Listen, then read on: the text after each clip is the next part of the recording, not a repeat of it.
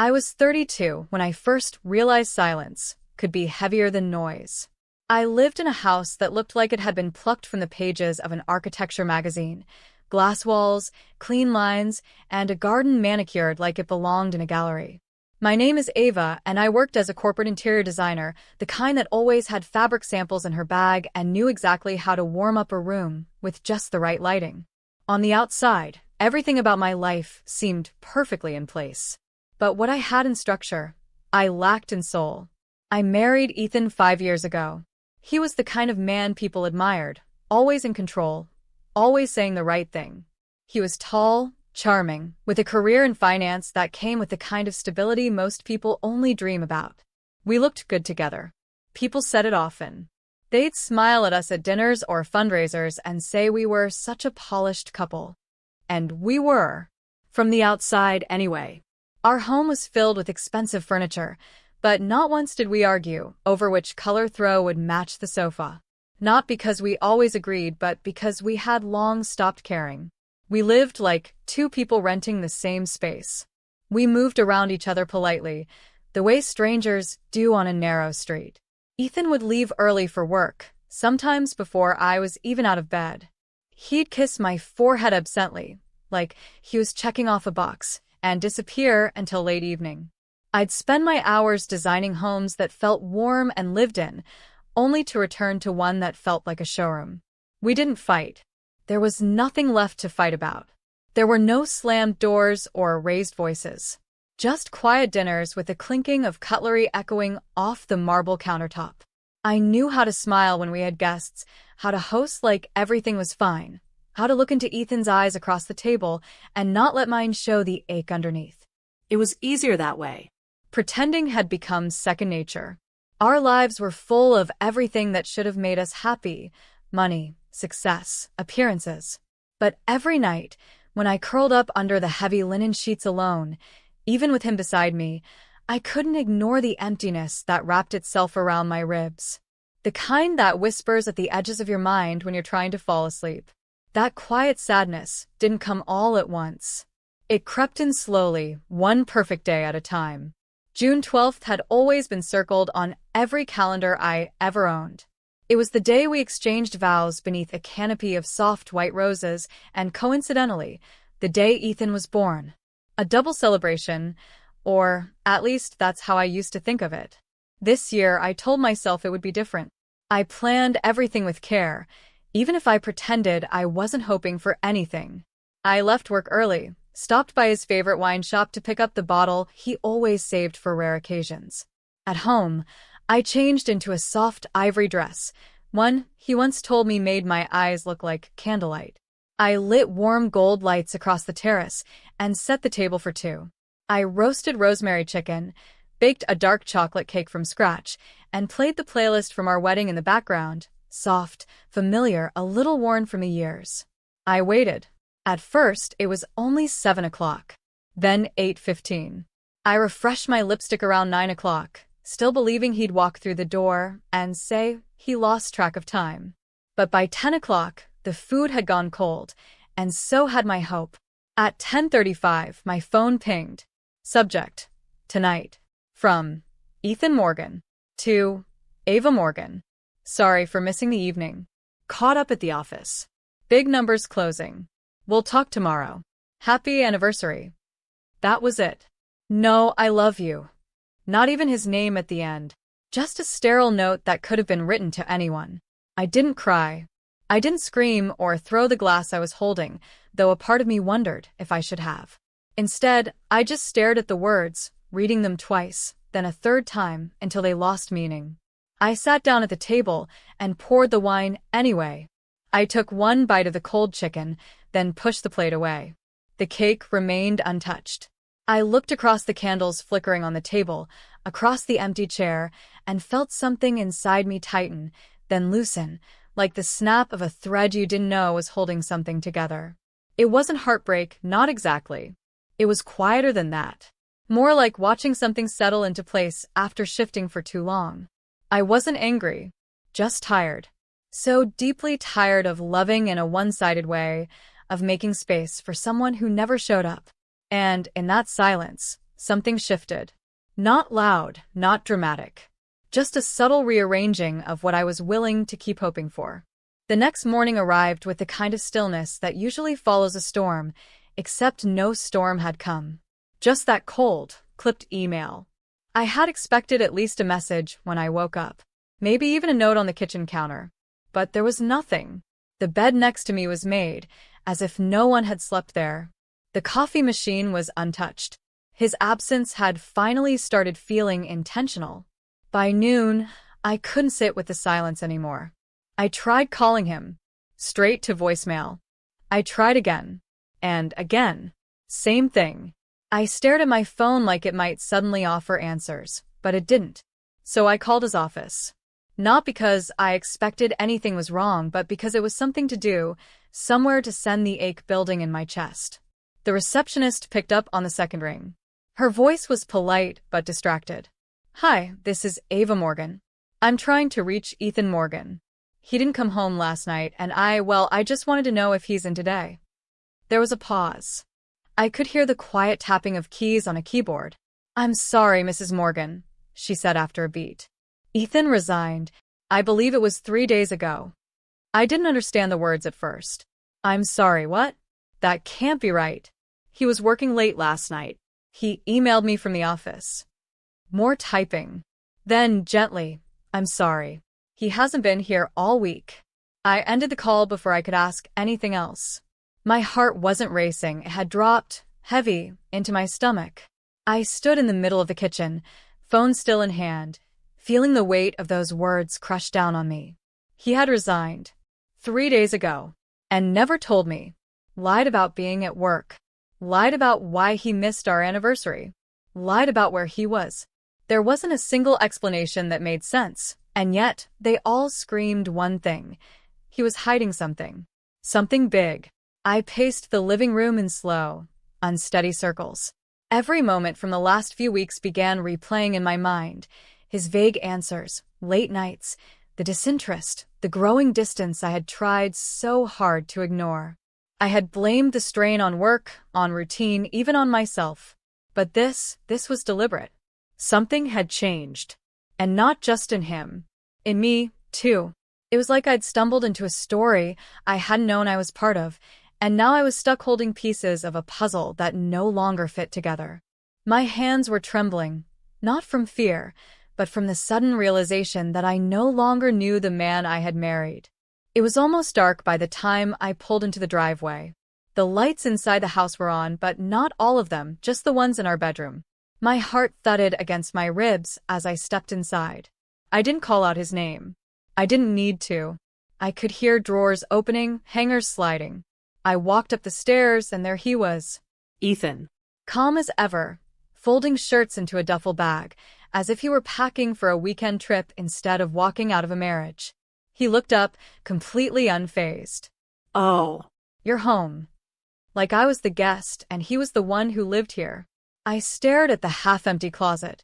"Where were you last night?" "I stayed at a hotel," he said simply, zipping up one of the bags. "You said you were at work." I figured it was easier that way. He turned his briefcase and pulled out a folder. Thick, neat, clean. He handed it to me like he was passing a menu. "I've accepted a position in Albuquerque. I leave tomorrow. These are the divorce papers." I didn't take them. I couldn't. I just stood there, blinking, trying to understand what world I had just walked into. "A job? You didn't even tell me you resigned." "There was no point," he said flatly. "It's done." My voice rose, not in a scream, but in sheer disbelief. "You thought this was the way to do it? To disappear, lie to me, and then come back just to throw papers in my face?" He finally looked at me, and I saw something I hadn't wanted to admit for months. He had checked out long ago. "I didn't lie, Ava. I just stopped trying. There's a difference." "Stop trying?" I laughed, bitter and sharp. I was still here, setting the dinner table for someone who didn't show up, holding everything together while you just drifted away. His jaw tightened. "Don't pretend you didn't feel it too. We've been done for a long time. You were just too afraid to say it. I was trying to fix something you never intended to." He shrugged, picking up his watch from the dresser. It's not about fixing, Ava. It's about knowing when something's over. I looked at the divorce papers now lying on the bed. Cold. Formal. Like everything about him. So that's it? After 5 years? No conversation, no counseling, just a new job and goodbye. Clean breaks are better, he said, slinging the duffel bag over his shoulder. I watched him walk to the door without hesitation, without remorse. He paused only once, fingers on the doorknob. You'll be fine, he said, as if I needed his permission. And then he was gone. No apology. No regret. Just the sound of his footsteps fading down the stairs.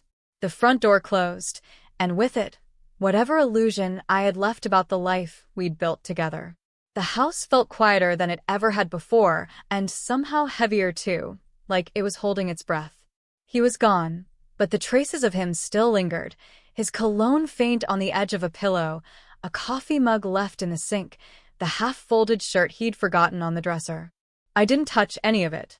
I just moved around it like a visitor in my own home. Most of the furniture, the artwork, even the property itself, it was all in my name. I had paid for most of it. Arranged every detail. The irony wasn't lost on me. He had walked away with just a duffel bag and no explanation, while I was left inside the world we built together, trying to breathe in a place that now echoed with endings. 3 days after he left, an envelope arrived. No return address. Inside was a lease transfer notice. Ethan had already signed over his share of the house. No message. No phone call. No, I hope you're okay. Just paperwork. Cold and clean, like every decision he had made lately. I stared at the lines, his signature bold at the bottom, and wondered how someone could untangle themselves from 5 years with such ease. The divorce papers sat untouched on the kitchen counter for those same 3 days. I'd glance at them while making coffee or passing through the room, but I never opened the folder again. Not out of denial, but because I didn't need to.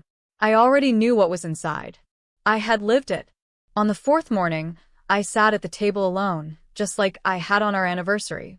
This time there was no wine, no music, no dress. Just sunlight pouring through the window and a pen resting next to the papers. I opened the folder, read every page slowly. Then, with a steady hand, I signed my name. There were no tears. No dramatic sighs. Just a quiet sort of clarity that settled over me like a soft blanket. It was done. He had made his choice, and now I had made mine. I wasn't broken. I was still here. Still breathing in the same house, with the same walls, the same floors, but everything felt different. Not because he was gone, but because I was beginning to return to myself. Piece by piece. Breath by breath. He had left without a word, but I finally had the one thing he never offered: peace. It had been nearly a year since I finally stepped out of the shadow of it all. The invitation came in the mail, our high school reunion, a casual evening at Moonlight Brewery. I almost threw it away, but something in me wanted to go. Not to prove anything. To see who I was outside that house, outside everything that had unraveled.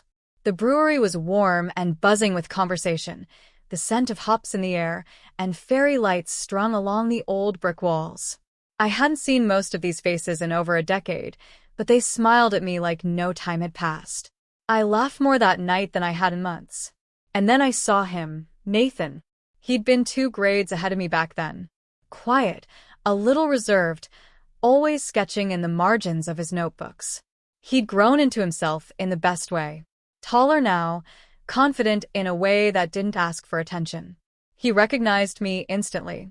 "Ava," he said, surprised and smiling. Wow. "You look steady." That's the word, I think. We sat together, a little away from the crowd, at a table near the windows. The conversation flowed easily. No awkwardness. No small talk. He didn't ask where my husband was. He didn't mention the divorce, even though I was sure he'd heard. Instead, he asked about my work, what I'd been reading, and what cities I wanted to visit next. I told him the truth, that I was learning how to be alone, without feeling lonely. I was starting to feel more like myself than I ever had, even though nothing looked the way I once thought it would. He didn't flinch. He just nodded, listening fully, his eyes steady on mine. That sounds like something worth holding on to, he said. I smiled, not out of politeness, but because I meant it. For the first time in a long time, I felt seen, not as a wife, not as someone recovering from what had been lost, but as myself. Whole. Present. We stayed until the lights dimmed, and the music softened. And when he walked me to my car, there was no pressure, no promise. Just warmth. A new beginning that didn't need to rush.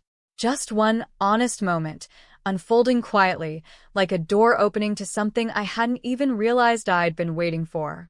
It came on a Thursday afternoon, just when the week had settled into its usual rhythm. My inbox pinged with a familiar name I hadn't seen in months, Ethan Morgan. I stared at it for a full minute before clicking. No subject. No message. Just an attachment. I hesitated before opening it, and when I did, my breath caught. A photo of a marriage certificate, his name and hers. Marissa Hale. Dated 2 weeks ago. Legally married. Just like that. For a moment, I couldn't move. I wasn't angry. I wasn't sad. I was just still. Like my body needed time to understand what my eyes were seeing. And then my phone rang. His name flashed across the screen, and for some reason I answered. Surprised? His voice was smug, almost playful. I didn't respond. Marissa's incredible, he went on. You wouldn't believe the change in her. She's doing well. Her family's invested in some biotech thing. Money's pouring in. And we're expecting. Just found out last week. I blinked, gripping the edge of the counter. Pregnancy. Wealth. All delivered with the emotional depth of a business pitch. Is there a reason you're telling me this? I asked, keeping my voice even. I just thought you should hear it from me, he said, with mock sincerity. I know closure matters to people like you. People like me. I didn't argue. I didn't ask questions. I let the silence hang until he said, Anyway, best of luck. No hard feelings, yeah. Click. He was gone. I stood there, phone still in hand, the weight of it pressing against my palm. I didn't cry, but something inside me cracked, not like a break, but like a fault line shifting quietly, deeper than anyone could see. Later that night, I looked her up. Marissa Hale. The girl I remembered had been unremarkable, quiet, always fading into the edges. But on the screen in front of me was someone completely different. Polished. Blonde now. Elegant in designer clothes, photographed at galas, charity events, arm in arm with Ethan in his tailored suit. She didn't even look like the same person. And maybe that was the part that shook me the most. Not that he had moved on, not that he had married, not even the baby. But she had become everything he once claimed to want me to be. I stared at her image, perfect and glowing, and for the first time in months, I felt something I couldn't quite name, an ache that didn't want him back, but wanted to stop feeling like I had ever needed his approval at all. It had been bothering me ever since I saw the photo. Something about her face, even under all the polish and perfect angles, felt eerily familiar. I stared at the pictures again, zooming in on her eyes, her smile. And then it hit me. Marissa Hale. She wasn't some stranger. She was the same girl from high school. The quiet one. Always sit alone at lunch. Always watching. I needed to be sure.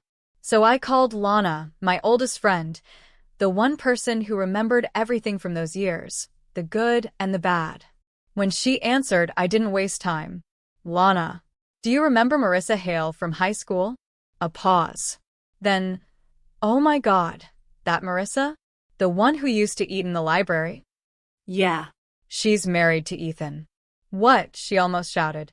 Wait, no way. That's not even the same person. I thought the same. But it is. I looked into it. Everything matches. Lana whistled softly. Wow. I mean, I guess she always had that weird, quiet intensity, like she was watching everyone trying to figure out how to belong. I leaned against the counter.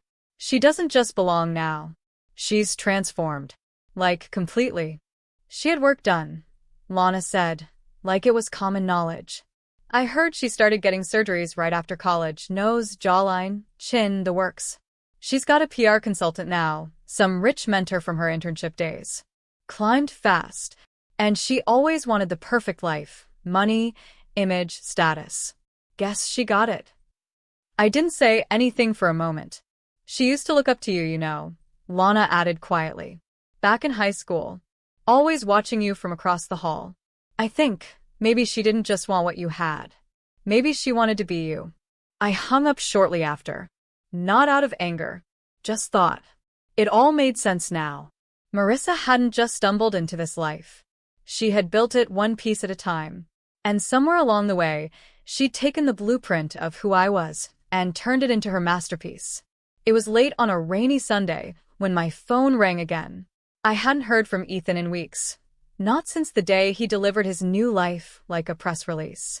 I almost let the call go to voicemail. But something in me, curiosity, maybe, made me pick up. His voice was different this time. Not smug. Not distant. Just unsure. Ava, he said slowly, I need to ask you something. And I need you to be honest. I stayed silent, letting him twist in his discomfort. The baby, he finally said. She doesn't look like me. Or Marissa. Not even a little. She has dark curls, a darker skin tone, and green eyes. We've both got lighter features, blonde, blue-eyed. It's strange. I didn't say anything at first. I just let the weight of his words sit between us. We did a paternity test, he added quickly. It's mine. The DNA confirmed it. But I keep looking at her and thinking how. It doesn't make sense. I took a breath. Have you ever seen a photo of Marissa in high school? He was quiet. Before the surgeries, before the reinvention, before she looked the way she thought she was supposed to. He said nothing. She had dark, curly hair, olive skin, brown eyes. You wouldn't have looked at her twice back then, not your type. But she was real. That baby looks like the version of her you never cared to see. His silence turned sharp. It's genetics, Ethan. Not the filtered, curated life you built with her. Real genetics. The ones you conveniently ignored when you bought into the image she sold you. You're enjoying this, he said bitterly. No, I replied softly. I'm just not surprised. You've always been uncomfortable with reality when it doesn't fit your narrative. He exhaled hard, frustrated. I didn't call for a lecture. Then maybe you shouldn't have called me at all, I said. I'm not the person you get to run to when your shiny new life shows a crack. There was nothing left to say. He mumbled something about needing to go, and hung up. I stared at the silent phone for a long moment, not because I missed him, not even close, but because it finally felt so clear. Ethan didn't love people. He loved the idea of them. The edited versions. The surface. And now, he had a daughter who reflected the parts of Marissa he never wanted to see. A truth he couldn't curate or hide. He wasn't calling out of confusion. He was calling because, for once, reality didn't bend to his comfort. And he didn't know how to live with that. The last call came on a Thursday morning. I answered it without thinking, more out of habit than interest. Ethan's voice was strained, quieter than usual. He talked about the baby, how tired he was, how Marissa cried more than the child did, how nothing felt the way he thought it would. I listened, not out of care, but out of finality. When he paused, waiting for me to offer sympathy, I simply said, Ethan, I don't have anything left to give you. There was a beat of silence. Then, so that's it? Yes, I said. That's it. I ended the call, blocked his number, and let the silence settle like a closing door. 3 weeks later, I moved to Boulder. A smaller apartment. Clean light. Mountains just outside my window. No glass walls, no marble countertops, just space that felt like mine. Real, lived-in space where I could breathe without holding back. I enrolled in an art class on a whim, something I'd once loved, long before corporate meetings and color swatches consumed my time. My hands were stained with charcoal and paint again, and I found a kind of stillness in the mess, in creating for no reason but joy. Nathan visited often. He never made promises, never rushed anything. We cooked simple meals, walked through the farmer's market on Saturdays, and sat on the balcony with mugs of tea and stories that didn't need fixing. He never asked for more than what I was ready to give. With him, I felt no pressure to perform, to impress, to pretend. Just peace. Just presence. He knew what it meant to start over quietly, without fireworks or declarations. One evening, while we sat side by side watching the sky go soft with dusk, he reached for my hand without a word. I didn't pull away. It wasn't a grand love story, not the kind that fills novels or ends in cinematic kisses. But it was steady, honest, healing. And in that quiet, I finally understood something.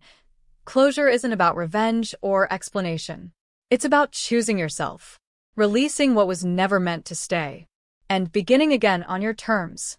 It was a crisp morning in early fall when Lana called. I was walking back from the art studio, the air just cool enough to wrap a scarf around my neck. Her voice was buzzing with urgency. "You're not going to believe this," she said. "Marissa's filing for divorce." I stopped walking. "Seriously?" Yeah. Ethan cheated. Again. With some assistance at his new firm. Marissa found out last week. I let the words settle before replying. "I'm not surprised. That's not all," Lana continued. "Their daughter's been getting teased at school. Kids found old pictures of Marissa from high school, before the surgeries. It's all over some parent group. You know how cruel people can be." I didn't say anything right away. I just stood under a tree with leaves turning golden above me, watching a couple walk past with their dog. Life was still moving, gently, without drama. And I was glad to be where I was, in a life I had chosen, not one built to impress anyone else. "Are you okay?" Lana asked. I smiled. Yeah. "I am." Because I didn't feel vindicated. I didn't feel victorious. Just free. Marissa had built her life around image and illusion. Ethan had chased perfection until he drowned in it. And now both were unraveling in the very way they had once unraveled me. But I wasn't part of that story anymore. I wished their daughter peace. I hoped she'd grow up stronger than the storm she'd been born into. And as for Ethan and Marissa, I didn't need their endings to validate mine. I had already walked away with the one thing they never found. The truth. Not the curated kind, but the quiet kind. The kind that lets you sleep at night. I don't carry hatred for either of them. Not for Ethan, with his polished charm and shallow promises. Not for Marissa, who spent her life trying to become someone else. What I feel now isn't bitterness. It's something far more powerful. Gratitude. Not for the pain, but for the freedom it gave me. For the way it forced me to shed the weight of pretending. I used to live behind a beautiful facade, one that looked perfect but was hollow inside. Now my life is smaller, quieter, but it's mine. Fully mine. There's no pretense. I don't decorate for anyone else's approval. I don't bend myself to fit into someone's idea of love. I live in truth, even when it's messy. Especially then. People ask if I've forgiven him. I don't think forgiveness is what I needed. What I needed was clarity. And self-respect. And I found both. He'll continue chasing things that shine. She'll keep trying to outrun who she used to be. But I've stopped running. I've stopped chasing. My victory isn't loud. It isn't something you post about or turn into a quote. It's in the way I wake up without knots in my stomach. In the peace that greets me each evening. In the quiet confidence that I never needed them to be whole. That is my triumph. Not over them. Over the lie I once believed, that love required me to disappear.